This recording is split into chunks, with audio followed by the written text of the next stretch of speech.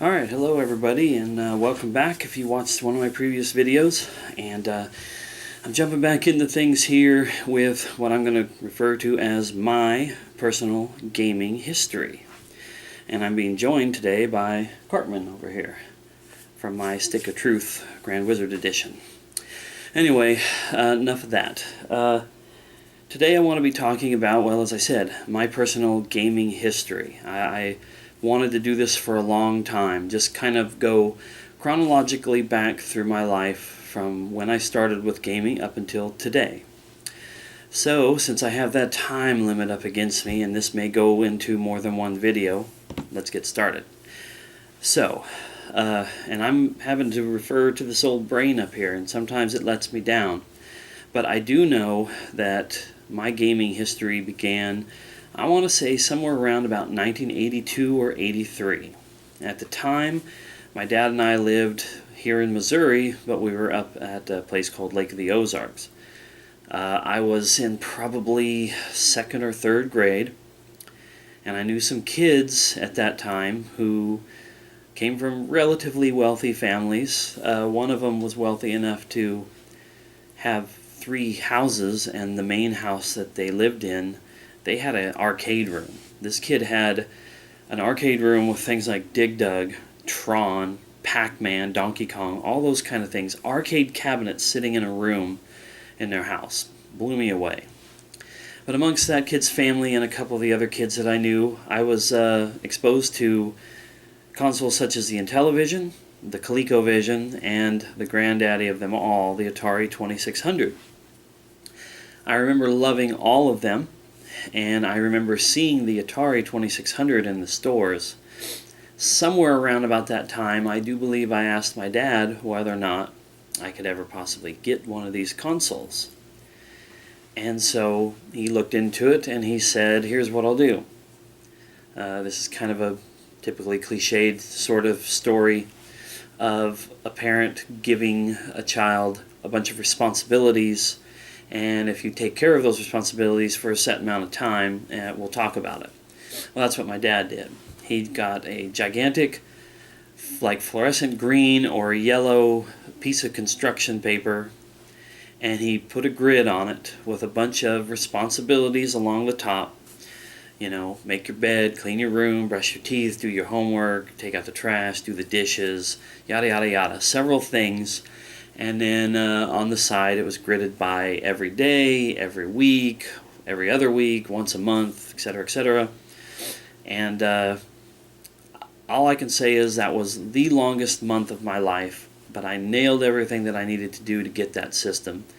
And after 30 days, I was rewarded with an Atari 2600. And I do believe I had 2 games to begin with, and they were arcade ports of Pac-Man and Donkey Kong. Some people will say, man, that Pac-Man game was horrible. You know, it wasn't really all that bad. I didn't mind it at all. It was clunky and ugly looking, but it got the job done. Donkey Kong was better. But the main thing for me was just I was getting to play video games, dude. I was playing games. So I had my Atari 2600, and I picked up some other games over the years, including the infamous E.T. Atari 2600 game, which once again it might surprise some people, but that game wasn't really all that bad. It may not have made any sense, but it was fun.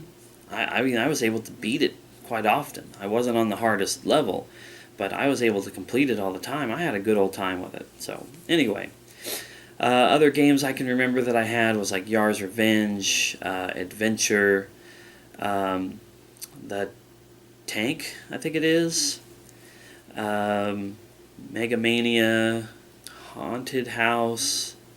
Hell, I even had like a Superman game on it. Anyway, I had lots and lots of games. Atlantis, that was another one I had a lot of fun with. And as normally would happen with kids, I got probably a year to a year and a half's worth of good play out of it, and then it just sort of fell by the wayside. I lost interest in it. I still wanted to play it, but I didn't play it all the time. And I think at some point I probably wanted something else, so I asked my dad what the possibility would be of selling my Atari and getting something different. He said, well, if that's what you want to do, that's fine, but you do need to realize I paid for this, so if you sell it, the money's going to me. I was like, well, okay, that's fine. And away it went, probably around 1984, 1985, I think is when I finally parted ways with it. Went a couple of years without any interest in buying a console. Somewhere around 1987, my dad and I were living in Montana, and we knew this lady and her son that stayed with her. She was elderly, and he stayed to care for her. And I came over one day with a friend. We were in a Christian school, and we were selling candy bars, like a fundraising type deal. And I said, hey, let's go over to this friend of mine's house. He might buy some from us. Well, he answers the door, and he's rather preoccupied. He barely even notices that we are there, and he goes back to his couch and starts playing this game on this little console I'd never really seen before. It was an NES, Nintendo Entertainment System, and the game that was inside of it, the original Legend of Zelda. Needless to say, my friend and I, or at least myself, sat there for about a half an hour, mesmerized by what we were seeing on the screen. I couldn't even bring myself to open my mouth and say, hey, do you want to buy a candy bar? I was into it, but so was this guy, and I didn't want to interrupt him. But I really, really liked what I saw, but it didn't translate over to, oh, must go get another console. Not until about a year or two later, when my dad and I were now living in Florida, back in my birth state, and we were at a mall once, and we went through a Sears or a JCPenney back in those crazy days when they carried video games. They had their own video game section. I noticed a Nintendo console there, but also this like rebooted or re-released version of the Atari 2600 in 1988 was kind of strange. Well, I mentioned to my dad at that point, it'd be kind of nice to have a game console again. And he gave me a little bit of an ultimatum once more. Only this time it was, well, you've got this Nintendo system over here, and I think it was like $150, or maybe more. And then you got this Atari 2600 over there, and it's under $100. If you want another game console, here's what you're going to do. If you want this cheaper one over here, the Atari again, it's cheap enough, I'll buy it for you. But if you want the other one, which presumably is better, I'll cover you for the amount that the Atari costs, but you're going to have to make up the rest of the money. Well, I'm like, this is 88, so I'm probably like 13 or 14 years old. I'm a few years away from even feeling like I could enter the workforce. I was not a kid who knew anything about paper routes and hell, even like a lemonade stand. That was over my head. So I couldn't even imagine where I was going to come up with this money. So I just took the plunge into the Atari world and jumped into it again.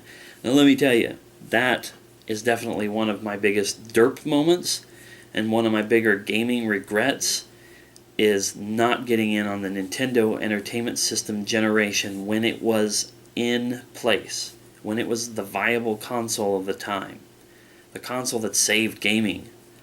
And I chose to get an Atari 2600 for the second time. Whoa. So anyway, I had that console, that Atari, for once again like another year or two.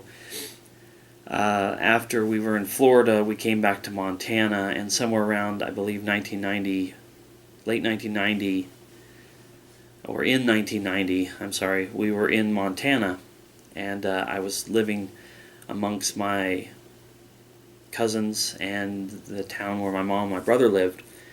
So I ended up selling that Atari to, I think, one of my cousins or one of their friends who became one of my friends. And until about 1992 or 1993, I was once again consoleless. In 1992, I graduated from high school and moved out on my own.